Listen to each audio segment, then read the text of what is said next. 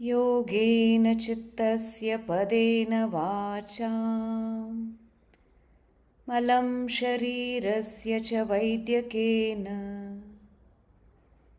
योपाकरोत्तं प्रवरं मुनीना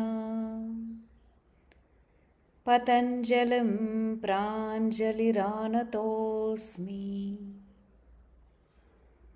आबाहुपुरुषाकारं शङ्खचक्रासिधारिणं सहस्रशिरसं श्वेतं प्रणमामि पतञ्जलिं। श्रीमते अनन्ताय नागराजाय नमो नमः। श्रीकृष्णवागीशयतीश्वराभ्यां सम्प्राप्तचक्राङ्कणभाष्यसारम् श्रीनूत्नरङ्गेन्द्रयतौ समर्पितस्वं श्रीकृष्णमार्यं गुरुवर्यमीडे। विरोधे कार्तिके मासे शतताराकृतोदयं योगाचार्यं कृष्णमार्यं गुरुवर्यमहं भजे। श्रीगुरुभ्यो नमः।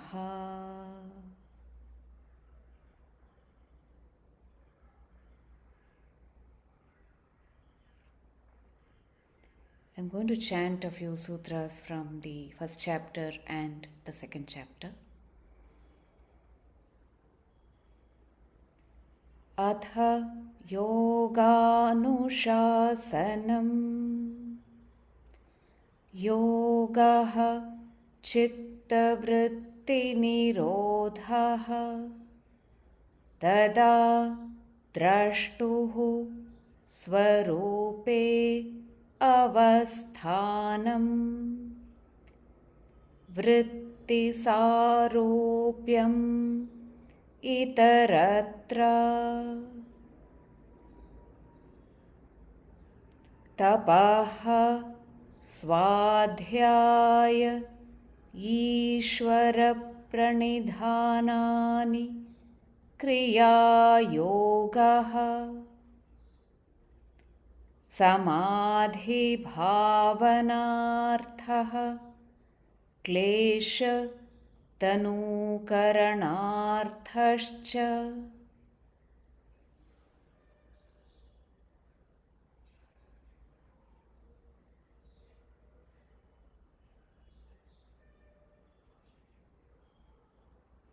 Hope you are completely settled in your seats. You've been able to detach your mind from whatever you were doing before this session and the preoccupations of what comes after this. Let the mind completely settle into the body, relax.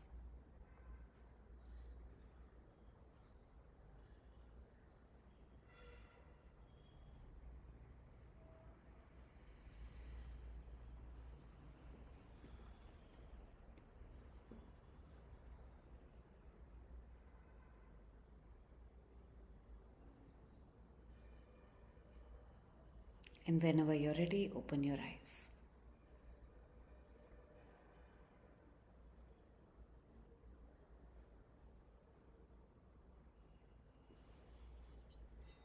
Thank you, Saris. Welcome, everybody. It's with a lot of joy and gratitude that I invite all of you into this space where we are going to look at the second chapter of Yoga Sutras, the Sadhana Pāda. And we are going to do that through a very different lens, the lens of healing. So we are here today to really look at why are we looking at it through this particular lens and how this is different from studying the sutras in more traditional way. We're also going to look at the logistics, the structure of the program. The program starts on Feb 7th. And I'm sure as you listen to Saraswathi, you will have a lot more questions that will come up. And we do have time set aside towards the end of the session for a Q&A. So my request is that if questions come up as you are listening to her, please make a note of it and we'll take it up towards the end of the session. Saris? Thank you, Lekha.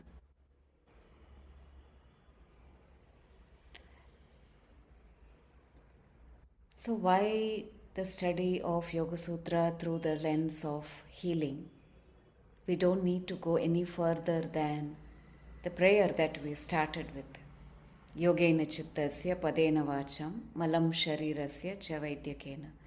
Patanjali is venerated not only as a yogi, he was also a healer and a grammarian. And like the Siddha tradition in South India, all Siddhas, yogis, were also healers. So for me, two things impacted me very, very deeply 35 years ago, and I think it continues to impact me. One is the study of the Yoga Sutra that I had the privilege of listening to Sri T.K. Videsikachar in his Saturday morning lectures. Of course, we did study Yoga Sutra with him in different forums, but one continuous thread of study was for 17 years going almost every Saturday, except the time when he was traveling, to his public lecture on Yoga Sutra. And parallelly, watching and experiencing healing. So, the Krishnamacharya Yoga Mandiram functioned and continues to function primarily as a powerful healing space where people come with different ailments. And just to see the magic of simple practices and how the healing happened. So, the study of the sutra and the healing was so deeply intertwined because when we came back to our staff room to discuss students, when we went to SIR, when we went to our senior teachers, when we worked with our own students, it was always going back to the Yoga Sutra. And of course, today there are many programs focusing on yoga therapy and all that. And sometimes we limit the idea of yoga therapy to simply a set of postures and techniques. And we think if I do this, then this problem will get better or that problem will get better. Definitely at the functional level, changes do happen with simple asana breathing practices. But what is fundamentally shifting in the healing process is what we need to look at, and that is what happens to the mind, which is very subtle. And even the person who comes for healing, and sometimes even the teacher, does not recognize that the real work is happening with the mind. And Yoga Sutra is all about the mind. So, for my own healing and to facilitate the healing of my students, I needed to understand the Yoga Sutra. I needed to study it, go back to it again and again and again. Several rounds of study with teacher Desikachar, and of course, even today I continue to study and work with other senior teachers like Raghu, Shriram, all of them. And it's all about coming back to understanding yourself, right? So if I fall sick, whether it is at the level of the body or the mind, and usually it is a combination, often rooted in the mind, unless I understand myself better and better, I don't think I will be able to take charge of my problem. And today, much of the healing is sort of outsourced to some system of medicine, to the doctor, to different techniques. and the patient has to be so patient and very passive. It's like as if I have no control over what is happening and I can't do anything about it. But yoga says take charge, take the reins in your hand, because it's your body, it's your mind, and only you can heal. And by healing, we are not talking about curing the condition. Healing is really making the person whole and complete, because illness fragments us. Any kind of disturbance in the mind, which is also a form of illness, fragments us, right?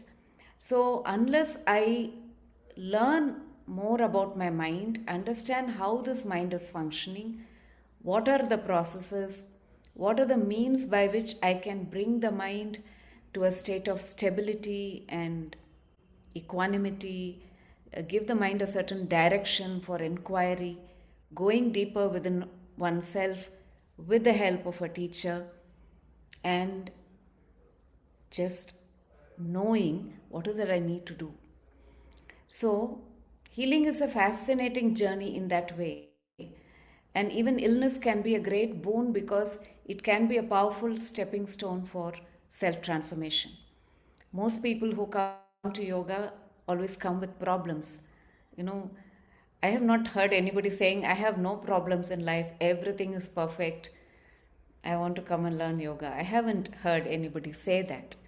We all have problems, and that is life, right? Sometimes there's a respite, feel, oh, everything is fine, and then something new comes up.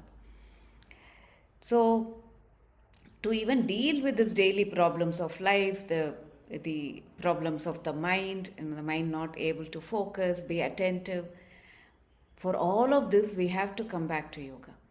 So that's why we thought it will be good to actually look at the sutras from the perspective of healing and understand every sutra, every word in the sutra through this lens of healing.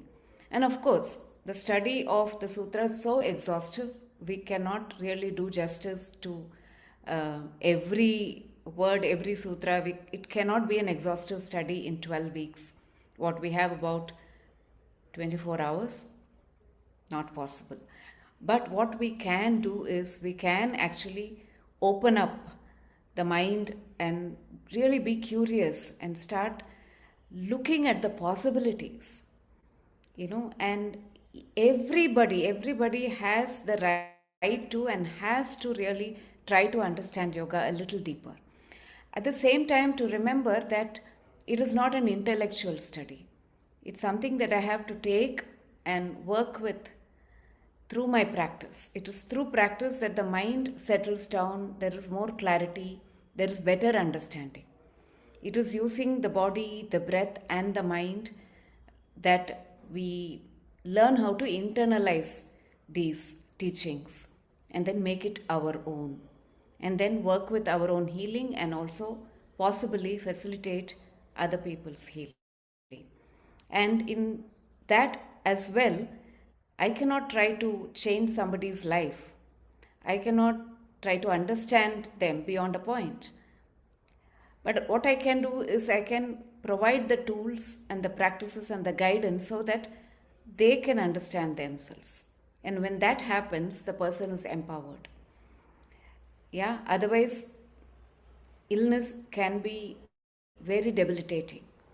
But here we have an opportunity to convert that into a process of learning, healing, and self transformation. So, that is the real intention behind this program. It's a very lofty intention that we are holding, but it's important that we hold this intention not only for ourselves but also for the world. Yeah. So, if I am able to progress a little bit in terms of having better clarity, better stability, and equanimity in my mind, I'm sure I can be a better human being. Even if I don't influence people in any positive way, I don't create any blockages in the life of people, and therefore I can facilitate healing for the world. So, this is just the introduction. The Yoga Sutra, maybe there are people in the course you might join, you have not studied the Yoga Sutra, you've heard about it probably. And this is a text that cannot be studied once. And there are several layers to the text, right? The first time you come into study, like I came in when I was barely 21, we just learned to chant the sutras. So every Saturday we would learn to chant, and then I also attended chanting sessions where I learned from my teachers how to chant this and commit it to memory. So if you are a serious student of yoga, um, I would invite you to really study and chant and commit it to memory. And in some way, we were actually made to do that. So you have internalized it. You can always go back to it. And then many layers get revealed as you study over and over again. The same original teacher, Sri Krishnamacharya and Desikacharya, and many of us who studied with Desikacharya and some people studied with Krishnamacharya. As we study with these teachers, there's so much more that opens up, right? And this is what we want to carry forward through this course. The text is very small. It has only 194 or 95 aphorisms, very terse, cryptic statements that can be committed to memory because it was meant to be transferred through the oral tradition. And the 4 chapters, each chapter is meant for a certain category of disciples, practitioners. Why did we start with the why are we going to start with the second chapter? Because second chapter is for people like us who are struggling with the problems of life and who want to understand what is really happening, why am I suffering, why am I getting hurt, what is really the cause for my problems. Until I started studying the Yoga Sutra, it was so easy for me to blame the world and say, oh, that person said this happened, and therefore I am suffering. But once you start studying the sutras, it keeps reminding you that there is something inside you that is creating this. Understand that. Okay. So second chapter is for people like us. First chapter is for the advanced yogi. So we are not going to start with the first chapter, but we are going to introduce the first 4 sutras from the first chapter, which give you the summary of the entire text. And I think without that foundation, even understanding the second chapter becomes difficult. Okay? And like I said, you will have plenty of opportunities to go back and study this text over and over again. So don't worry about trying to get it. Okay? It's all about just preparing the mind and the body to sit, of course, and listen. Okay? And just see what comes up, because there's a certain beauty in the traditional way of learning that we are trying to bring into our current context. Even though it is online, we are sitting in these little black boxes. We are trying to revive some of these methods of learning. One is Shravanam, just listening. Yeah. So initially just listen. And as you listen with a quiet mind, something gets awakened within you. And of course, there will be time for questions. Earlier on, we did not ask questions when we sat in the Yoga Sutra class. For many years, we never asked questions, and the teacher even never asked us, do you have any questions? But sometimes the teacher would say, do you have any questions? And we would be too timid and afraid to ask questions. I don't want to sound very dumb or like I don't understand something. I'm supposed to understand it. But later, I knew that there's a lot I have not understood. I simply have to listen. And sometimes I can ask questions. But in this session, we are actually asking you to ask questions to clarify your understanding, right? So it will be an interesting interactive process. There will be chanting, there will be study, there will be practice also that we will do. Some simple asana, pranayama, meditative, reflective practices. We will give you some homework to do. And homework is not writing a lot or mugging up something, but really going back and staying with these concepts to see how they show up in your daily life, and then come back and share. So, yeah, I think I've pretty much shared the basic introduction to the study. Lekha, if there are any questions you can ask me, then it's easier for me to talk.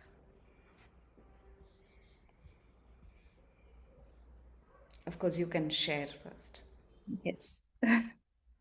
So I want to upfront, you know, uh, be honest and say that the reason why I'm part of this program and the reason why I've been pestering Saras to actually do this program is because of my own dukkham and my desire to understand my dukkham and to learn how to hold it. And for me, the promise of the second chapter is in a single sutra, Heyam Dukkham Anagatam. The dukkham that is yet to come can be avoided. And to me, that is the promise. That suffering is not inevitable. I don't have to suffer.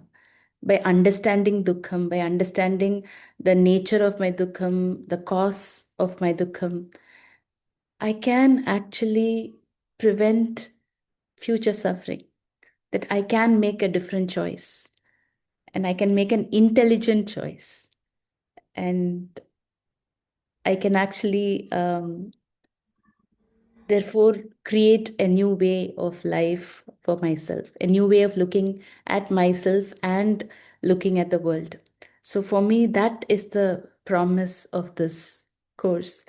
And I've heard that in all Indian tradition, learning happens through a dialogue. There is always a student who is asking questions, and there is a teacher who is um, not answering the question, but who is actually guiding the student to find answers within themselves. So it's not so much as, the student asks a question and then the teacher says, this is the answer. It is more that the teacher makes the student practice. The student learns to inquire, the student learns to stay with the question, stay with the discomfort of holding that question. The student becomes more and more comfortable looking at different fragments of their selves. And as they look, slowly the fragments come together. And then there is healing. To me, healing is clarity, clarity about myself, clarity about the consequences of the choices I'm making, clarity about other people and um, my expectations of other people, my expectations of the world. It is about building a stronger relationship with my body, my breath, my mind, but also with life itself. So I'm coming into this space to be that student and ask questions and ask doubts and say that I'm suffering and how do I look at this suffering? How do I hold this suffering? And that's what I want. Suffering, misery loves company. So I'm inviting all of you also to come along and be that student and ask these questions and work with our dukkham and see where it takes us. So, Saras, would you like to tell us a little bit more about how does one actually prepare uh, to come into this course? You spoke about Shravanam, but I'm sure there's more to it.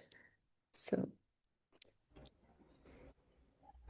So, the study of this text, the way we are going to do the study, requires some preparation.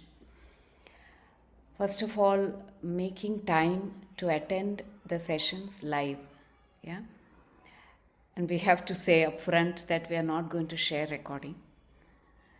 We are going to do the main session on Saturday mornings, and we are going to stream it on Monday evenings. So, one of these time zones will suit anybody in any part of the world. So, make time to attend the session. We will, of course, share the recording at the end of the program for the same period of time, 2 months. So, you'll have time to go back and listen and make your notes and do all that. But during the program, we have decided not to share the recording because then the learning becomes very passive. And we know that there are so many programs that are being offered, we sign up for. And once we get the recording, we think, oh, I'll go back and listen to it. Hardly. Less than 10% of the programs, we actually go back and listen to it even once. Yeah, you would all agree with me.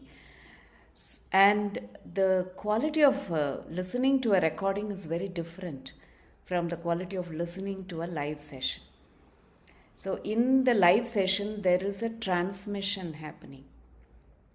There is a connection happening between the teacher and the student. It's a direct connection. So, we also ask you to keep your videos on so we are able to look at you. When we are able to see you, you can be more attentive. You will discover that. If we can't see you, there can be many things you can do parallelly. Yeah, multitasking, we are so good with that now. COVID has taught us how to do that better and better, but that only fragments the mind. So even these study sessions have to become part of our practice, which means we come in, if it is evening, have something very light, don't eat too much, then tamas will take over, it will be difficult to listen and engage. But at the same time, don't stay very hungry, then you may even get a bit angry. So it's important that your stomach is taken care of, your environment is calm, you're not distracted, you put your phone away, you make sure that you're fully present. Okay, and it is a gift just to be fully present for 2 hours in a session. It's a way you gift yourself that time and that space to be with yourself, listen and process. Yeah. So Shravanam, listening requires that, requires a quiet mind, requires continuous attention. And I'm saying it can become a practice that for 2 hours, if we can be completely attentive, then we are training the mind to become more and more stable. Yeah, there will be some practice involved. There is chanting, and of course, listening with a quiet mind means don't bring what you have already heard before. Put it aside. Even Yoga Sutra. You might have studied Yoga Sutra 20, 30 times, doesn't matter. Put everything aside and see if you can listen with an absolutely fresh mind. It's a challenge we give ourselves. Say, can I put away everything that I know or I think I know away temporarily? It doesn't mean that that will vanish, but temporarily put it away so that we can truly listen and engage. You can make your notes, but don't pay too much attention to recording everything through your notes, because if we actually listen deeply, what needs to come will come. And we're saying that we'll also provide you with the recording later. So just be fully present. Okay, enjoy the sessions. Don't make it like another project to do, because it's something that we do for ourselves and for each other, with each other. Yeah. What other preparation?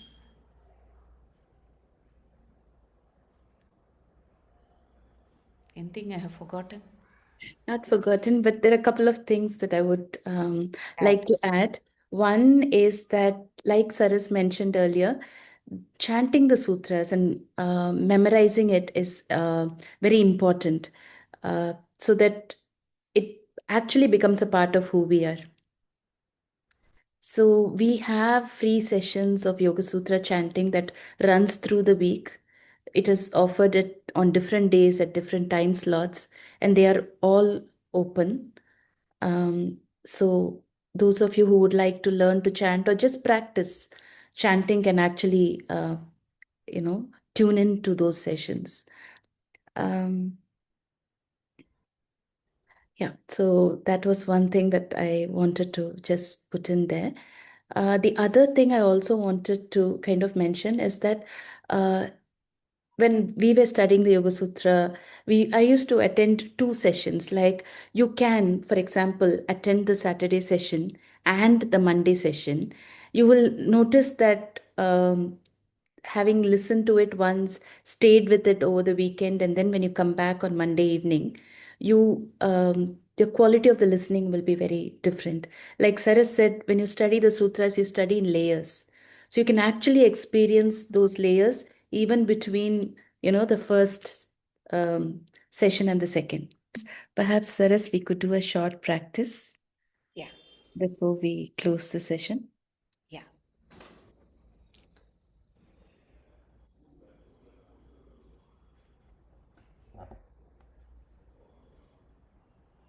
So if you're sitting on the chair or sitting on the ground, we just have to do a short practice to move the body, okay?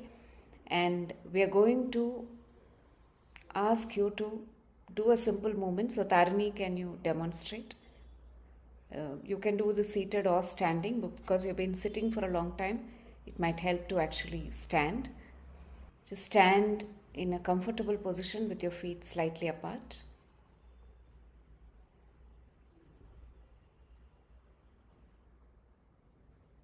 Exhale completely.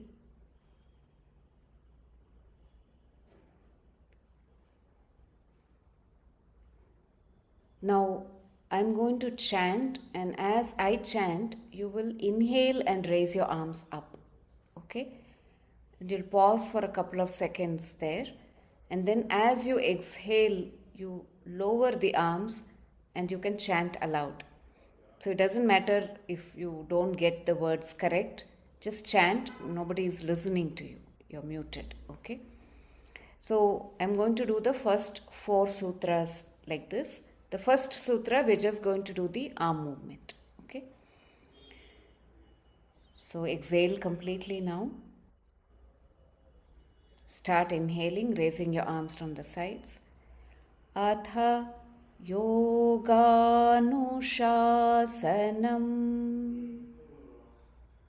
Exhale, lowering your arms, you chant. Atha yoganushasanam. Two more times. Atha yoganushasanam. Atha yoganushasanam.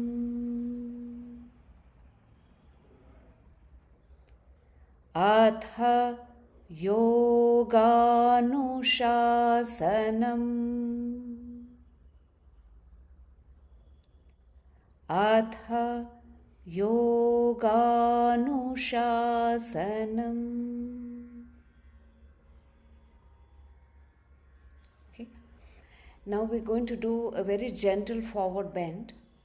You can bend towards a chair or just even halfway. Do you have a chair or something next to you? Thank you. Yeah. So again, you listen to me and inhale, raise your arms as you listen. Exhale, bend forward to the chair. So let Tarini demonstrate this movement once. You can bend your knees, go down, go very softly down, relax, and then as I chant, you inhale and come up. And then as you chant, you lower your arms. Okay. Exhale completely now. Inhale. Tapaha Swadhyaya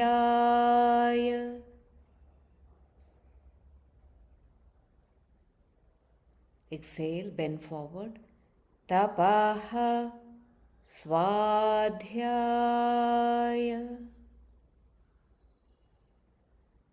Inhale, come up. Ishvara Pranidhanani. Exhale, lower your arms. Ishvara Pranidhanani. Inhale, listen. Tapaha Svadhyaya Ishvara Pranidhanani. Exhale, bend. Tapaha Svadhyaya Ishvara Pranidhanani. Inhale, come up. Kriya Yogaha. Exhale, lower your arms. Kriya Yogaha. We'll do this 2 more times. Tapaha Svadhyaya Ishvara Pranidhanani. Tapaha Svadhyaya Ishvara Pranidhanani. Kriya Yogaha. Kriya Yogaha.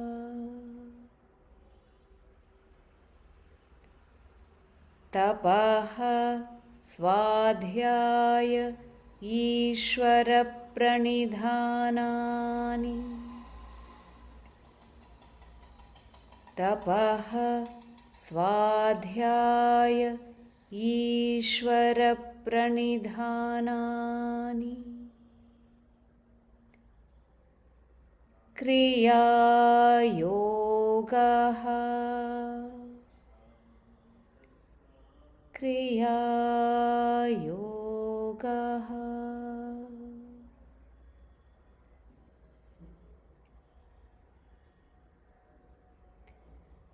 Okay, now you can sit back, come back to your chairs.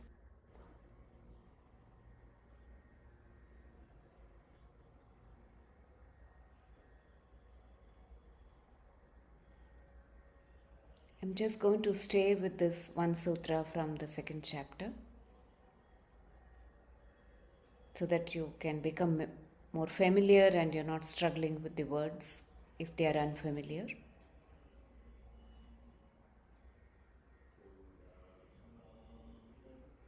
So what you do is bring your focus, keep one hand on the chest, one hand on the abdomen. Okay? And as I chant, you follow the breath from the chest into the abdomen. And then you keep your focus on the abdomen and you chant. So whatever I chant, however I chant, you just repeat it. You listen when you are inhaling. Keep the focus, one hand on the chest, one hand on the abdomen. So when you're inhaling, you're moving your awareness from the chest to the abdomen. And when you're chanting, you're keeping the focus on the abdomen, gently drawing the abdomen in as you chant. Okay. So inhale. Tapaha. Chant. Tapaha. Inhale. Svadhyaya. Chant. Svadhyaya. Inhale. Ishvara Pranidhanani. Chant. Ishvara Pranidhanani. Inhale. Kriya Yogaha. Chant. Kriya Yogaha.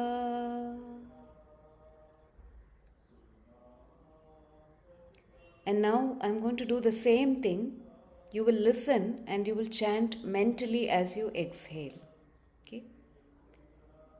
Inhale. Tapaha. Chant.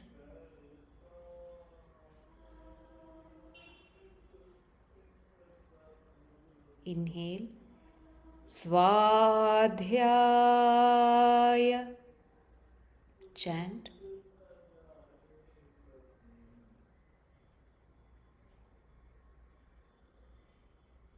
Inhale. Ishvara pranidhanani. Chant mentally as you exhale.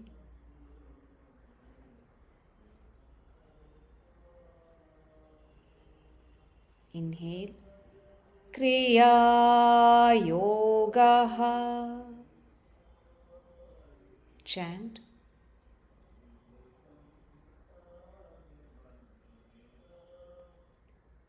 Now bring your hands down. Drop the regulation of the breath. Just keep your focus on the center of the chest, the heart space. Just be very quiet.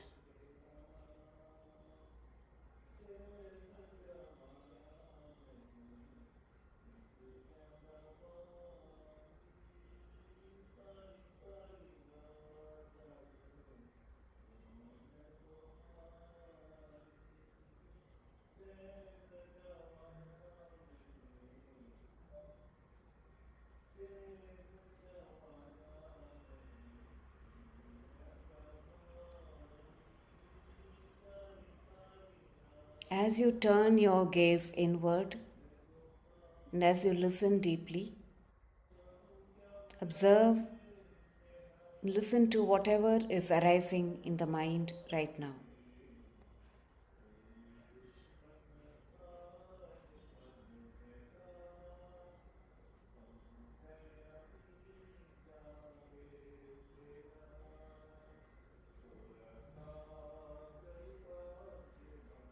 Listen to the words and also listen to the silence between the words.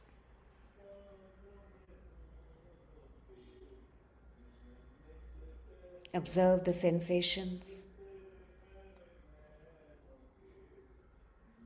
Be aware of the breath and also the silent, still space between the in-breath and the out-breath, the out-breath and the next in-breath.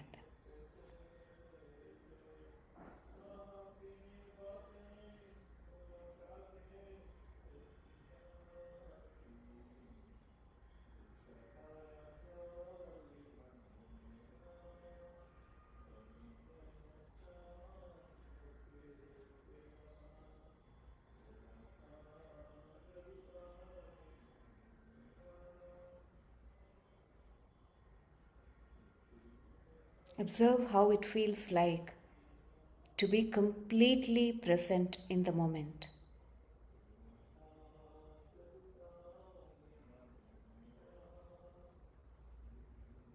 Watching each moment as it arises and passes.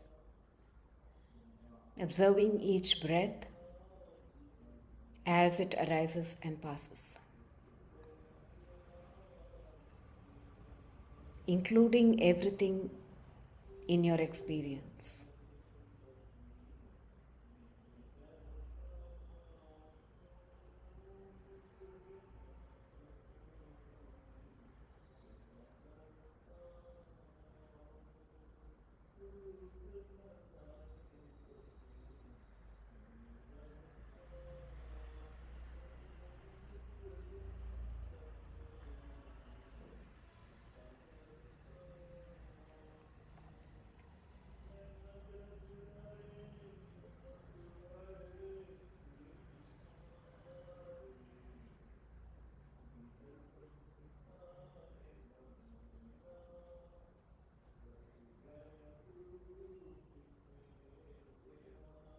And now bring your awareness to your feet, to your palms, to your fingertips. Become aware of the whole body. Take a few deep breaths.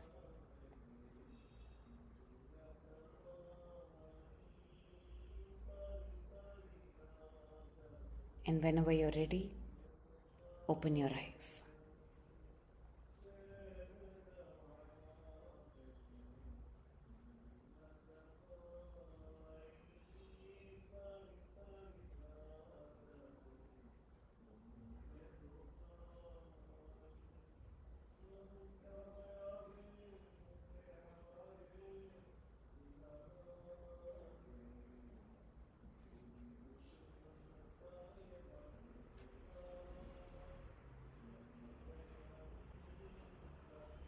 Okay, so shall we close the session for now? I just finish with the prayer.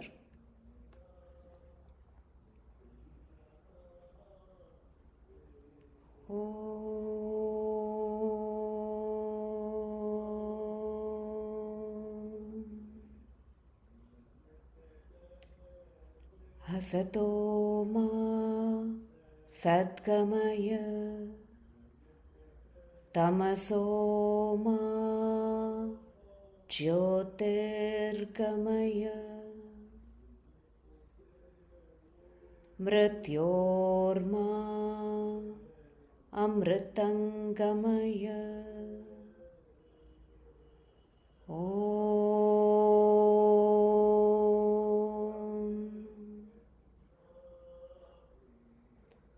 Shanti Shanti Shanti.